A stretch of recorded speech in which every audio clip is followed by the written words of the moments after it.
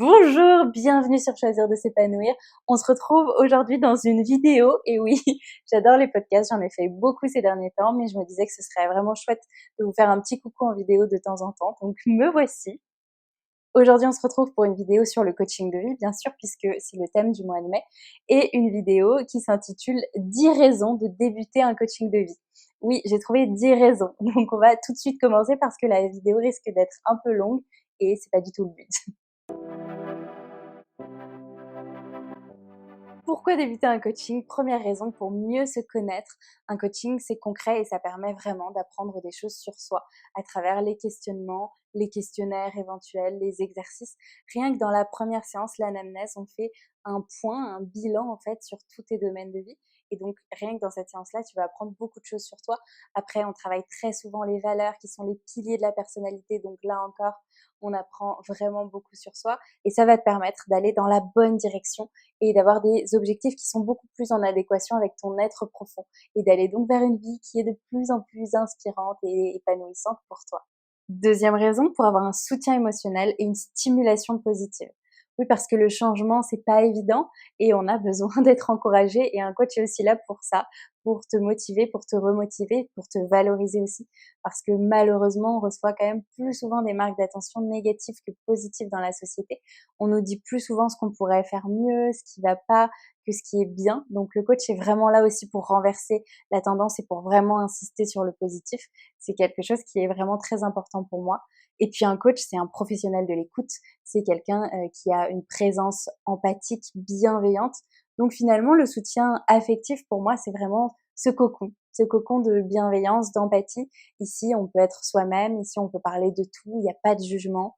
On est accepté comme on est. Et ça fait quand même beaucoup de bien. Troisième raison pour atteindre ses objectifs. Oui, parce qu'on a déjà tous eu des objectifs, des résolutions qu'on n'a pas du tout atteints, qu'on n'a pas tenues. Je pense évidemment aux résolutions de la nouvelle année, à ces choses qu'on dit qu'on va faire et que finalement on ne commence jamais. Et finalement, c'est aussi ça le rôle d'un coach, de faire passer de la théorie à la pratique. Oui, parce qu'un coach, évidemment, c'est là à échéance régulière. Donc, il te donne des devoirs et finalement, ça te donne cette impulsion pour commencer, pour t'y mettre. Et puis, en fait, il y a cette idée un peu de rendre des comptes parce que tu le vois régulièrement. Et donc, ça te pousse aussi à l'action. Et donc, même si tu n'atteins pas totalement ton objectif, tu vas vraiment t'en rapprocher. Et dans tous les cas, tu démultiplies tes chances d'atteindre ton objectif.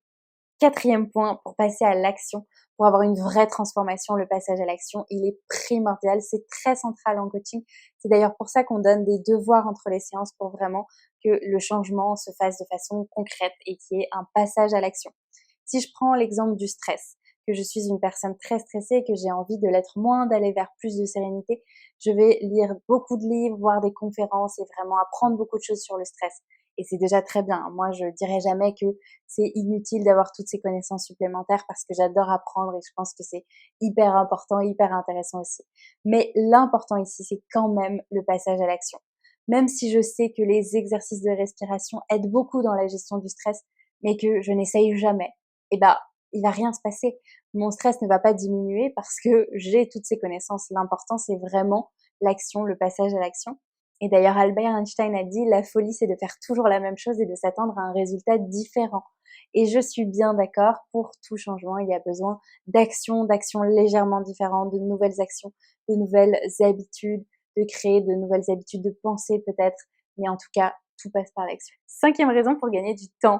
Un coach va te permettre de gagner du temps puisque effectivement, avec le développement personnel, on trouve déjà pas mal de ressources sur Internet et c'est possible de faire pas mal de choses par soi-même, notamment d'augmenter sa confiance en soi, puisque c'est l'exemple que j'ai choisi.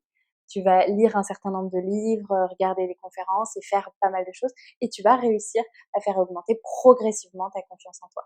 Mais évidemment, avec un coaching, ça ira beaucoup plus vite.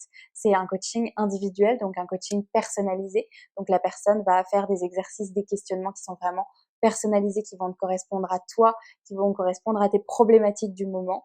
Je dis pas que c'est impossible d'atteindre ses objectifs de développement personnel par soi-même, ça l'est clairement pas, mais ce sera plus difficile et en tout cas vraiment plus long. Sixième raison, pour voir la situation sous un jour nouveau. Oui, parce que peut-être que tu fais du développement personnel et que tu as déjà pas mal progressé, que tu es plus proche de l'atteinte de ton objectif, mais que ça y est, maintenant, tu bloques, tu tournes en rond, tu vois pas la solution, tu as l'impression que tu as tout essayé Et certes, tu as progressé, mais là, tu es coincé. Et en fait, tu es peut-être coincé à cause d'une croyance particulièrement limitante qui te bloque et que tu n'arrives pas à voir finalement puisque tu en es persuadé, tu penses que c'est la vérité. Et donc le coach va être ce regard nouveau, ce regard extérieur objectif qui va te permettre d'avoir un œil nouveau et d'avoir des prises de conscience sur ta situation. Et donc de trouver cette croyance, de la faire évoluer.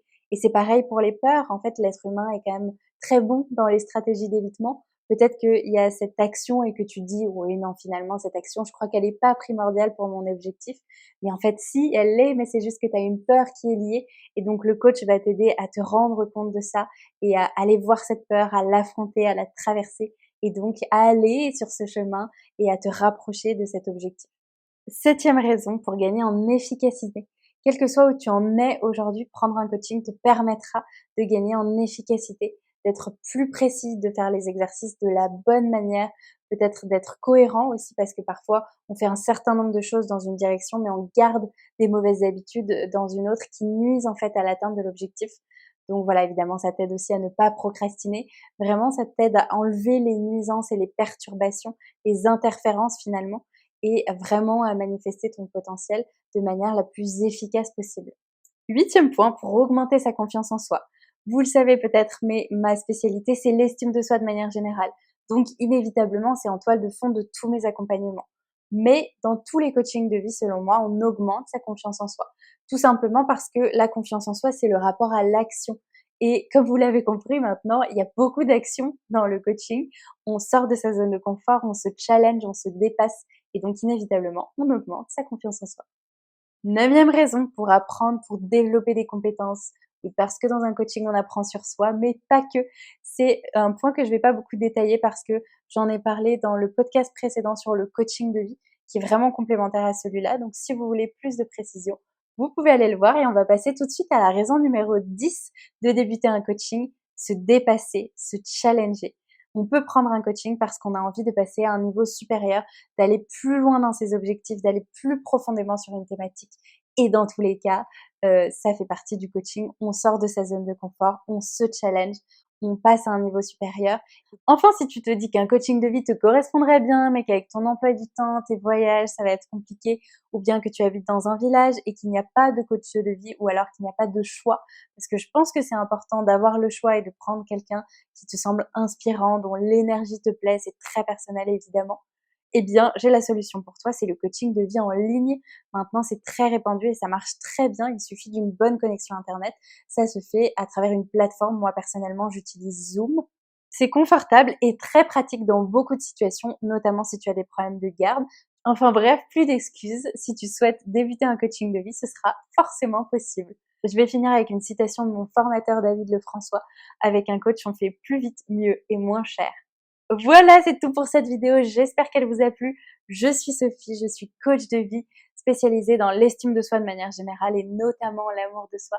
Donc si tu souhaites développer de l'amour pour toi, devenir finalement un peu ta meilleure amie, être enfin dans ton équipe et arrêter de te dévaloriser, mais au contraire te trouver des qualités et réussir à être fière de toi, eh bien je suis la bonne personne. Tu peux me contacter pour un coaching en ligne via Zoom ou directement en présentiel sur Strasbourg. Le lien de mon site internet Choisir de s'épanouir est comme toujours dans la barre d'infos et tu peux directement prendre rendez-vous pour un coaching gratuit de 30 minutes. On se retrouve très vite pour la prochaine thématique et en attendant, prenez soin de vous. Ciao!